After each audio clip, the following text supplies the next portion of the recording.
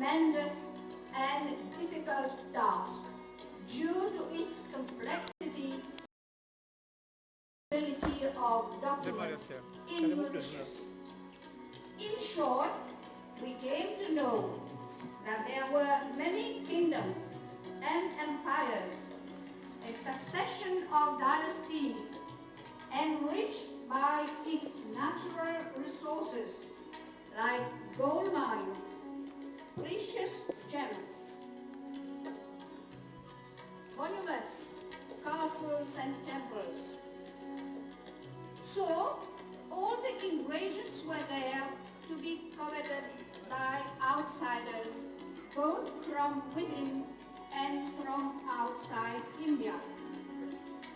We note that Warangal Kingdom and many others disappeared. Talikota was the battlefield which witnessed much bloodshed. Vijayanagar Empire fell around the year 1635. Our ancestors had to withstand the attack of the Mughals, the Aryans, the Portuguese, the Dutch, the French, and ultimately the British. The country was plundered and robbed of its wealth.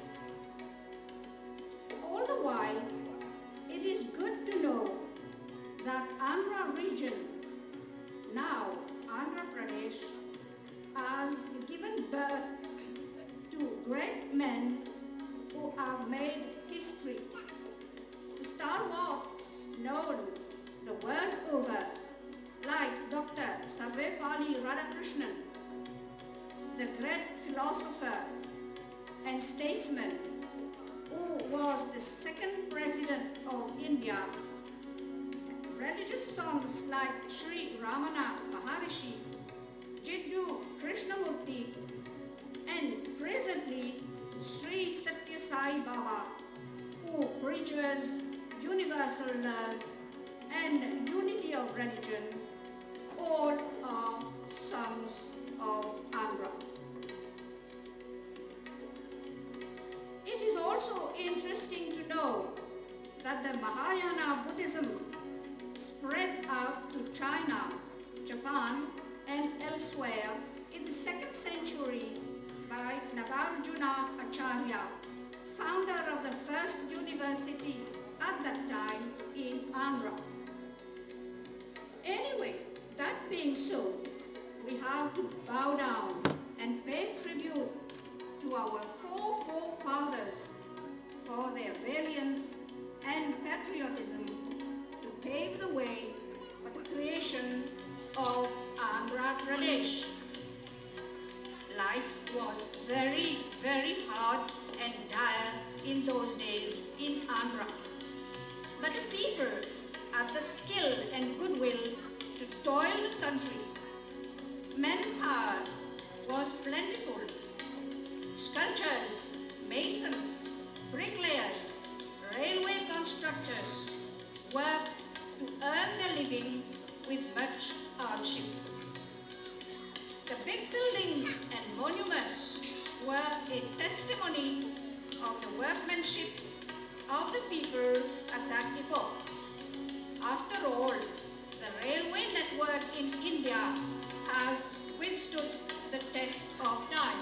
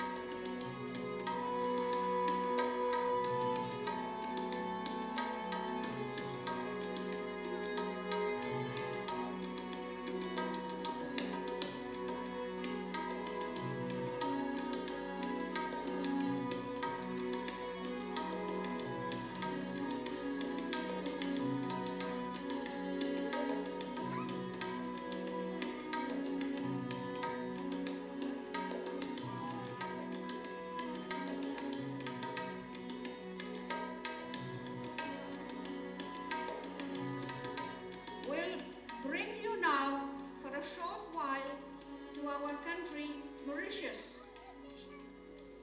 Under the British rule, Mauritius needed manpower to work in the fields after the abolition of slavery. Sir Charles Nicolay, the then governor, turned to India. Hence, the arrival of the indentured laborers in 1834, who comprised people from the north and south India. The first batch of Telugu immigrants came in 1835.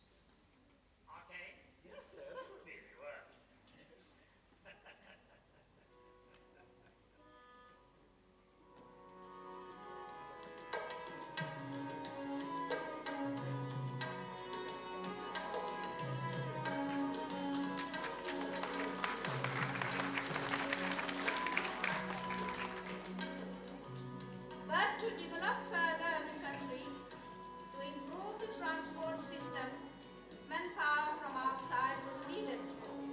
And it was to India again that the British government had recourse. It is that aspect of migration that we are depicting today. That is the arrival of the first skilled Telugus in Mauritius around 1865 for a specific work, that is the laying of rails to develop the transport system.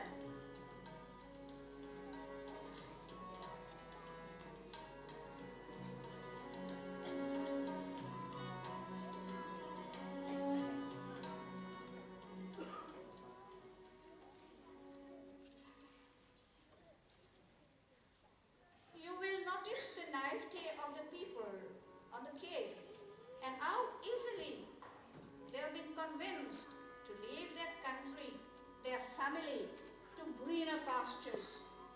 You will also witness the poignant scene of separation between the husband leaving his wife and family behind.